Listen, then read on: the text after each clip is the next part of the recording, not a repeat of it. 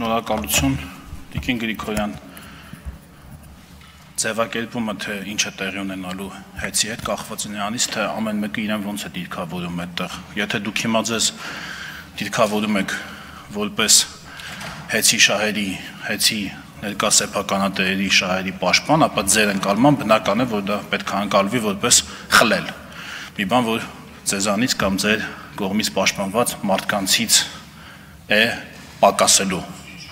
Բայց եթե դուք ընկալում եք ազգայնացումը կամ պետականացումը, եթե դրան դիտարկում եք ձեր որպես Հայաստանի քաղաքացի, այսինքն մի մարդ ում է վերադարձվելու հեծը, ապա դա չի լինում խլել, դա լինում է պետականացնել։ Ճիշտ են ձևով, երբ ԶՊՄԿ-ի 24%-ի ժամանակ եք ասում խլել,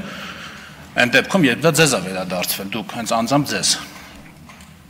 Խլվել այն ժամանակ, երբ դադարել է պետական մասնակցությունը, խլվել է հայրուս գազարտը ժամանակին, խլվել է վերջի 20%-ը ժամանակին, երկաթուղիները,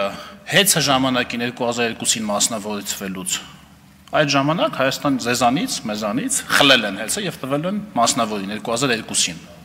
Չգիտեմ կհիշեք թե չէ, ու այնքան վատ այն ժամանակ կառավարվել, որ 15-ին հեծը կանգնեց ճգնաժամի առաջ ու հանձնվեց ներկա սեփականատերերին։ Հետո ոչ այնքան վատ ինչքան նախկինում, բայց էլի այնքան վատ կառավարվեց, որ հիմա մեկ այլ ճգնաժամի առաջ են կանգնած։ Ու դրան գումարած էլ չասած ձեր հարակից խնդիրները, այնպես որ կողմնորոշվեք, ով է խլում եւ ումից է խլում, կամ ով է վերցնում եւ ումից է վերցնում, եւ դուք այս շահերի բախման որ կողմում եք կանգնած, հեծի սեփականատերերի կողմում եք, թե Հայաստանի Հանրապետության կողմում եք, դա էլ որոշեք։ Շնորհակալություն։